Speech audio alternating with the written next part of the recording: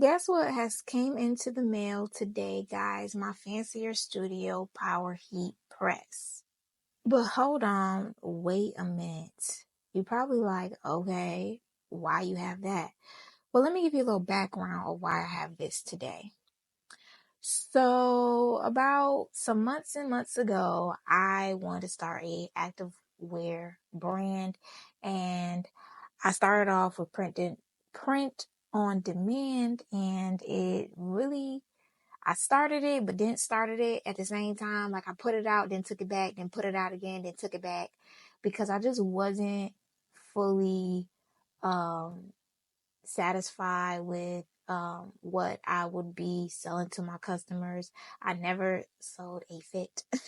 I actually just kind of bought fits and like gave them to like family or friends just to see like what they thought about it. I was super self-conscious about it, even though I felt like my designs were where I wanted to be. I just felt like the quality wasn't there. And if anything about me, anything I'll put out for the people, I really wanted to be as good as possible. So I thought I'd be saving more money with the whole print on demand thing, which you could, but I just was not satisfied. And when I'm not satisfied, I can't fully, invest or commit or be completely happy because I number one have to be happy and my customers too, but I have to be happy knowing that I'm giving the best that I can to my customers. You hear me? Okay. So I decided to jump in the water and take a risk and swim. Okay. So I got my heat press. I've never worked with a heat press at all in my whole entire life. Mind you, I've already ordered samples uh, of some items that I'm thinking about adding to my summer collection. But before I destroy them, I wanted to go to the thrift shop and pick up some mock attire that I can do trial and error with. Kind of matching up the materials up with maybe materials that I might be working with in the future. So I want to test out, where to apply my DTF prints so I can get used to applying the heat. Right now, you're seeing me getting out my little magnets. Now, I was not expecting these magnets to be this damn small, you guys. But I learned this trick from this YouTuber online who works with DTF prints with his heat press and whatnot. And a lot of people, every time they put their garments on, they'll put the Teflon sheet on and off, on and off, on and off. That takes a lot of time. So to cut down a little time, go ahead and attach that Teflon sheet to your heat press. Mind you, my heat press is not on, guys, because that blue part will be scorching if you have it on. But right now I have it off while I'm applying these magnets. But applying these magnets is going to hold that Teflon sheet. So you don't have to go back and forth, with the whole garment situation. And that protects your garment, by the way, from the heat. So during the process of filming this video, I was playing with the temperature. I went on Google and looked up what the material I was working on and looked up how much heat it could take. Now, usually your DTF transfers, if you're ordering it from a company, usually they do come with instructions, but mine didn't, so I had to wing it. Now, these are my DTF logos. Now, I got my DTF logos, what is it called? Direct transfer film? I think that's what is DTF. Yeah, and I got a 22 by 12, and I got this from my local print shop. So, if you look up screen printing in your area, 9 out of 10, they're going to do the DTF. So this is this ugly ass shirt that I got from the thrift store. Now, mind you, this is not something that I will put in my collection, but because of the material was kind of like similar to like, I forgot what was, I think it was like a polyester, nylon, something like that, guys. But this was something that similar to the material that I'll be working with. So I had grabbed this.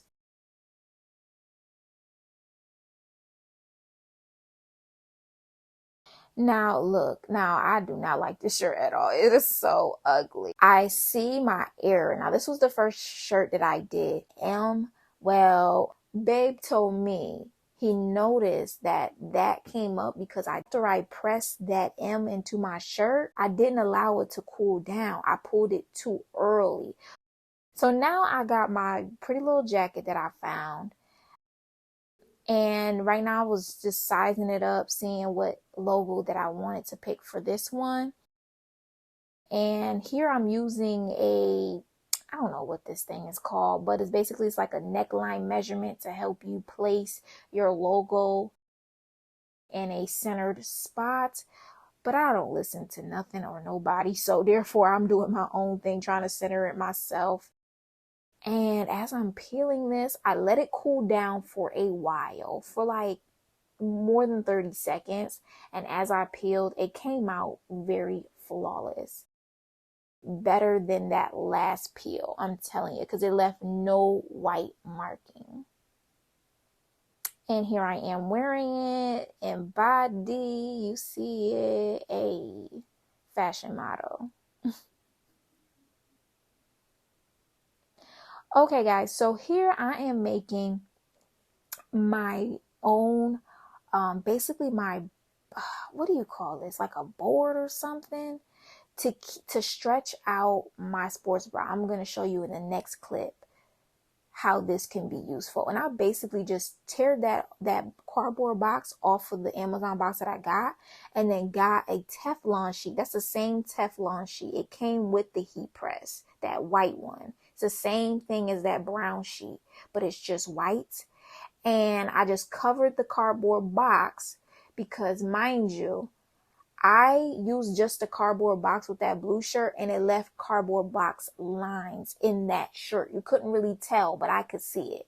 So to cover that cardboard box, I covered it with that Teflon sheet, and it's going to help stretch out this sports bra and stretch out any of the wrinkles, or, keep it from wrinkling. Because the thing is, you don't want it to be wrinkled, because it's going to press that wrinkle, and it's gonna, I don't think that the wrinkle is gonna come out. So I've been told in other videos, if you press a wrinkle, the wrinkle's gonna stay there. So you got to be very, very careful. And that yellow tape that I'm using, that gold type tape, that is a heat resistant tape.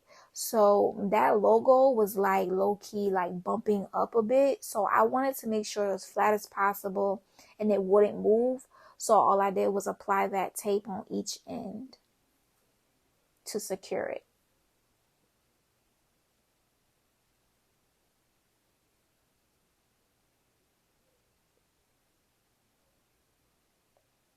Here we go.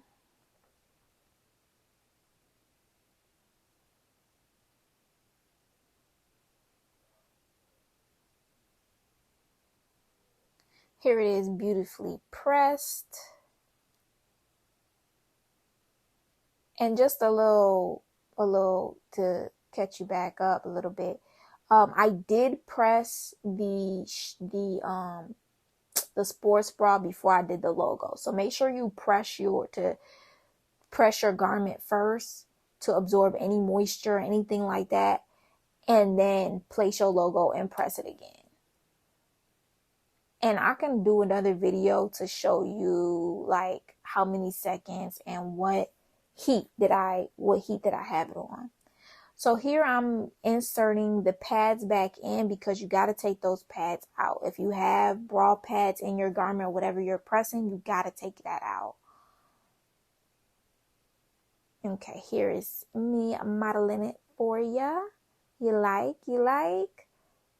I think it's really cute. And this is one of the bra sets that I am thinking about adding to my summer collection, with various colors as well.